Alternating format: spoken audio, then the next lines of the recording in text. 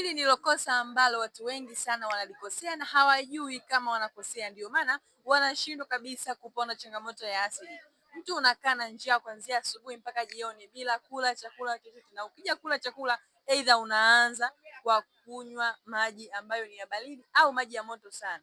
Hilo ni kosa, kwa sababu itaenda kufanya misuli yako ambayo ipo katika umio kulegea zaidi ama kutanuka zaidi ama kusinyaa zaidi. Na kama mtu ukiwa na changamoto ya asidi, ukipitia hali hiyo itaenda kuongeza hata changamoto ya asidi yako kupanda kwa kasi sana. Ikiwa ni wewe ulikuwa unafanya kosa hilo, acha mara moja, bali unaweza ukafuata utaratibu sahihi ambao unaweza kukusaidia wewe kuweza kuondoa changamoto bila kujirudia.